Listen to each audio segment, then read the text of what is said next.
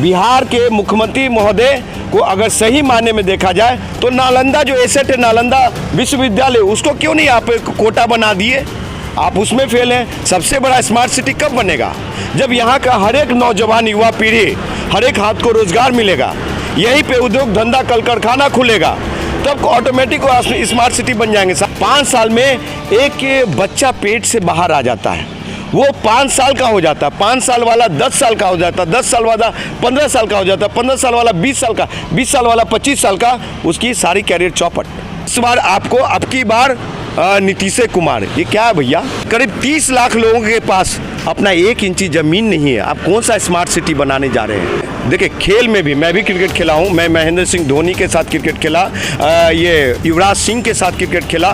तो वैसे क्रिकेटर लोगों को यहाँ के राजनेताओं ने क्रीड़ा को हो चाहे कला का हो, सभी को बर्बाद करने का, ध्वस्त करने का काम किया। उसको बिहार विधानसभा चुनाव 2020 अक्टूबर-नवंबर में किसी तारीख में तय होने वाले हैं, लेकिन इसी बीच जो है नीतीश कुमार, एक नारा भी गढ़ा गया था कि बिहार में बहार है, नीतीश कुमार है, और नीतीश कुमार को विकास पुरुष का भी दर्जा दिया गया। ऐसा इसलिए क्योंकि गुजरात में जिस तरीके से विकास मॉडल था, नरेंद्र मोदी को वहाँ विकास पुरुष का दर्जा दिया गया, ठीक उसी प्रकार से बिहार के मुखिया यानी नीतीश कुमार को भी विकास पुरुष कहा गया। तो विकास पुरुष किस मायने में कहा गया है? क्योंकि बिहार में जो है उनका जो ड्रीम प्रोजेक्ट है 7 निश्चय योजना, उस पर काम हो रहा है, और उसके साथ ही साथ जो बिहार के कई जो मुख्य जो शहर हैं उसे स्मार्ट बनाने की कवायद भी तेज हो गई है, और स्मार्ट सिटी के तहत कई सारे प्रोजेक्ट्स भी चल रहे हैं, पुल निर्माण हो रहे हैं, भवन निर्माण हो रहे हैं, बहुत कुछ हो रहे हैं। लेकिन क्या वाकई उसे ही स्मार्ट सिटी कहा जाए? इस पर हमारे साथ चर्चा करने के लिए यहाँ युवा बिहार सेना के राष्ट्रीय अध्यक्ष राजकुमार पासवान जी हैं। तो सबसे पहले आपका स्वागत है। जी नमस्कार। तो राजकुमार जी, ये बताइए कि बिहार में जो स्मार्ट सिटी जो बनने की ओर अग्रसर है, मुजफ्फरपुर हो गया या पटना शहर की ही बात कर ले, या बहुत सारे शहर हैं जो स्मार्ट सिटी के लिस्ट में आते हैं, तो क्या आपको लगता है कि स्मार्ट सिटी इसे ही कहा जाता है? और स्मार्ट सिटी का मायने मतलब क्या समझा जाए? जनता आजकल लगता है समझ नहीं पा रही है ठीक से। देखिए, देश के प्रधानमंत्री आदरणीय नरेंद्र दामोदर मोदी साहब ने कहा कि चप्पल वाले लोग हवाई जहाज़ में चढ़ेंगे। फिर बनारस वो चुनाव लड़ने गए तो क्वेटो और क्या कहते हैं, बहुत सारा जापान, टोक्यो से तुलना किया गया और स्मार्ट वाराणसी को बनाने की बात हुई। लेकिन आज क्या हालात है, गंगा सफाई की बात हुई। जो स्मार्ट सिटी की बात हमारे सम्माननीय मुख्यमंत्री महोदय नीतीश कुमार जी कर रहे हैं, तो बिहार तो पहले ही से स्मार्ट है। बिहार के हर एक ज़िला को देखिए स्मार्ट है। आज 70 सालों में भी ये 15 साल का 2020 का मैच खेल करके और स्मार्ट सिटी के नाम पे ये सत्ता कुर्सी पे काबिज रहना चाहते हैं। क्यों नहीं गांव को स्मार्ट बनाने की बात करते हैं? ये क्यों नहीं प्रखंड को स्मार्ट बनाने की बात करते हैं? गांव में बहुत सारे बच्चे हैं जिसके पैरों में, बूढ़े बच्चे जिनके पैरों में चप्पल नहीं है साहब, उनको खेलने के लिए बढ़िया पार्क नहीं है। आप बात करते हैं स्मार्ट सिटी का।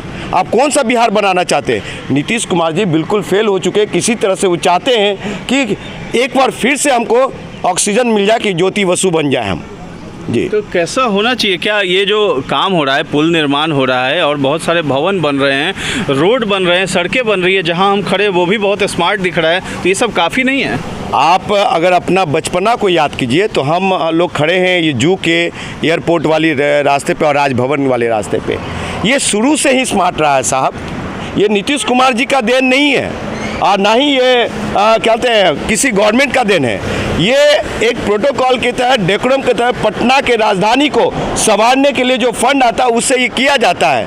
लेकिन बिहार के मुख्यमंत्री महोदय को अगर सही मायने में देखा जाए तो नालंदा जो एसेट है, नालंदा विश्वविद्यालय, उसको क्यों नहीं आप कोटा बना दिए? आप उसमें फेल हैं। गांव को, प्रखंड पंचायत को आप ऊपर उठाने की बात कीजिए। आप मुजफ्फरपुर शहर, यहाँ पे सबसे बड़ा एक समस्या ट्रैफिक का। आपका ट्रैफिक ठीक नहीं है। पटना राजधानी में थोड़ी सी बारिश होती है तो घुटना भर, कमर भर, और ये 4 दिन बारिश हो गई तो पूरा लास्ट ईयर आपने देखा है कि कितना पानी जमा।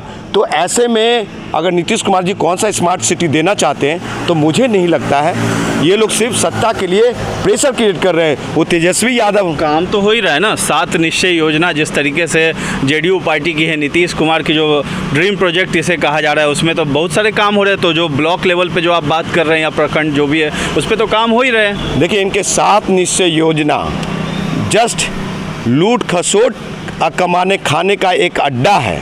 वो गांव का और ये जिला का विकास का और क्या बोलते हैं स्मार्ट सिटी का योजना नहीं है बिल्कुल। ये ऐसी जनता को सबसे बड़ा स्मार्ट सिटी कब बनेगा, जब यहाँ का हर एक नौजवान युवा पीढ़ी, हर एक हाथ को रोजगार मिलेगा, यहीं पे उद्योग धंधा कल कारखाना खुलेगा, तब ऑटोमेटिक स्मार्ट सिटी बन जाएंगे साहब। स्मार्ट सिटी को बना करके चंद लोग, हमारे पास मोटरसाइकिल, हमारे पास 4 चक्का, हम लोग उस पुल पे या गाड़ी पे चढ़ेंगे, उस बिल्डिंग में कौन लोग रहेंगे? करोड़पति लोग रहेंगे। गांव के लोग को क्या मिल रहा है?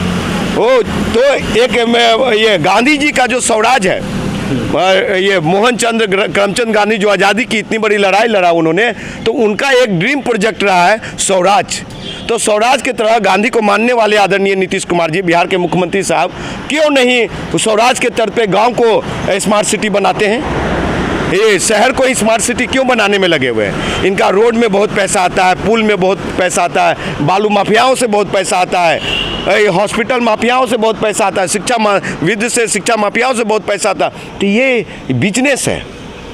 तो आपका कहना है सीधे तौर पे कि जानबूझ के काम नहीं किया जा रहा है ठीक से? नहीं, एकदम नहीं, बिल्कुल नहीं। अगर काम किया जाता तो आपको बता दें कि 5 साल में, 5 साल की मिनिमम बात करें तो 15 साल रहे साहब, 5 साल में एक बच्चा पेट से बाहर आ जाता है, वो 5 साल का हो जाता है, 5 साल वाला 10 साल का हो जाता है, 10 साल वाला 15 साल का हो जाता है, 15 साल वाला 20 साल का, 20 साल वाला 25 साल का, उसकी सारी कैरियर चौपट।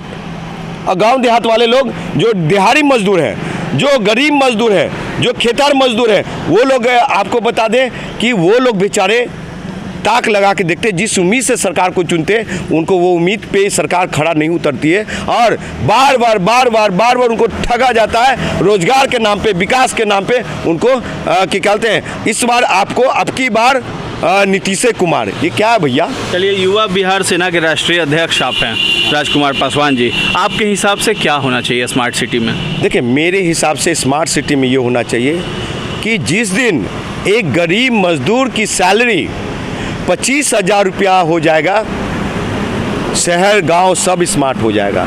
हर एक के गरीब के पैर में चप्पल हो जाएगा। आज 85% गांव में रहने वाले लोग, वो लोगों के पैर में चप्पल नहीं रहता है। सर्दी के मौसम में लोगों के पैर में चप्पल नहीं रहता, कम्बल नहीं रहता, सर पे तन पे कपड़ा नहीं रहता है। आपको बता दें कि स्मार्ट सिटी तब होगा बिहार में जब आप कल्पना कीजिए कि हमारा बिहार के लोग, बिहार की महिला, आपको बिहार में ही करीब 30 लाख लोगों के पास अपना 1 इंची ज़मीन नहीं है। आप कौन सा स्मार्ट सिटी बनाने जा रहे हैं? इस सरकारी आंकड़े के अनुसार करें। महिला के साथ, बेटियों के साथ रेप होता है दिन दहाड़े, आप कौन सी स्मार्ट सिटी बनाने की बात कर रहे हैं साहब? आपका हेल्पलाइन, महिला हेल्पलाइन हो, चाहे 102 हो, 108 हो, समय पे मिलता नहीं है। लोग, बीमार आदमी लोग रास्ते में दम तोड़ देता है।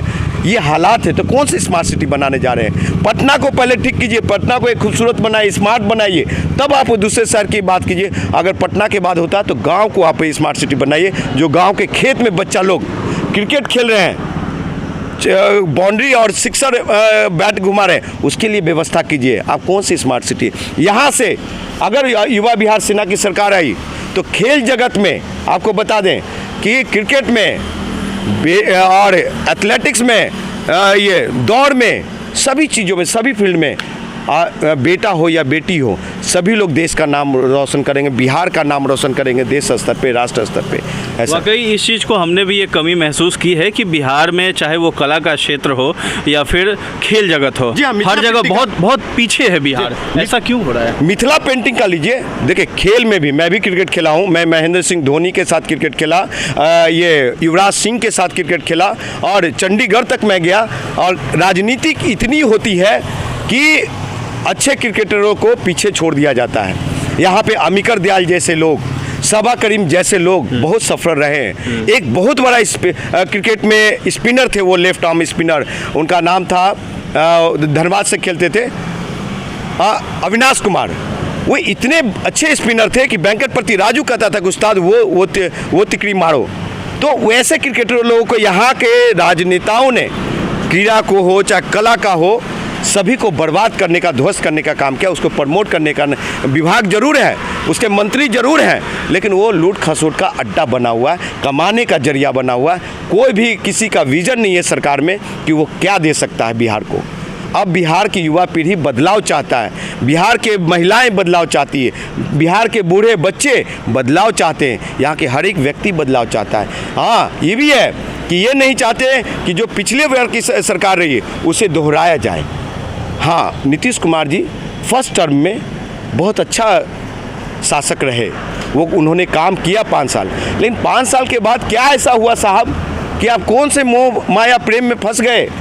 क्या बिहार को एक मतलब कि देश के 5 राज्यों में पहला स्थान दिलाने वाले थे, क्या हो गया?